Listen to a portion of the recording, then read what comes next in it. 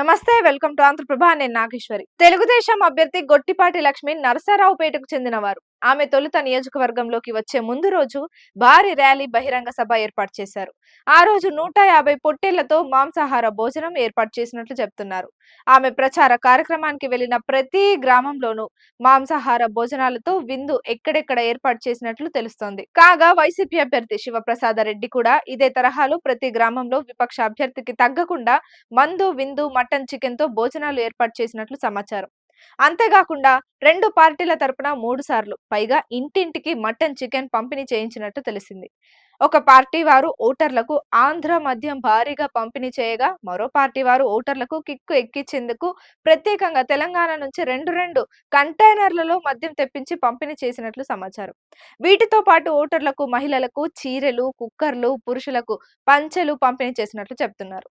అంతేకాకుండా నామినేషన్ దాఖలు నుంచి పోలింగ్ మరుసటి రోజు వరకు దర్శి నియోజకవర్గ కేంద్రంలో రెండు పార్టీల వారు భారీ ఎత్తున విందు భోజనాలు ఏర్పాటు చేసినట్లు చెప్తున్నారు. ఒక్కో చోట రోజుకు 8,000 నుంచి 10,000 వరకు భోజనాలు చేసినట్లు సమాచారం. ఖర్చుతో ఎవరూ తగ్గలేదు. అయితే ఇంత వ్యయం చేసినా పోలింగ్ తర్వాత గెలుపు ఎవరి వైపు ఉంటుందనే దానిపైన సస్పెన్స్ నెలకొంది. ఎవరికి వారు తమకు 6 నుంచి 8,000 అత్యధిక లభిస్తుందని అంచనాలు వేసుకుంటున్నారు.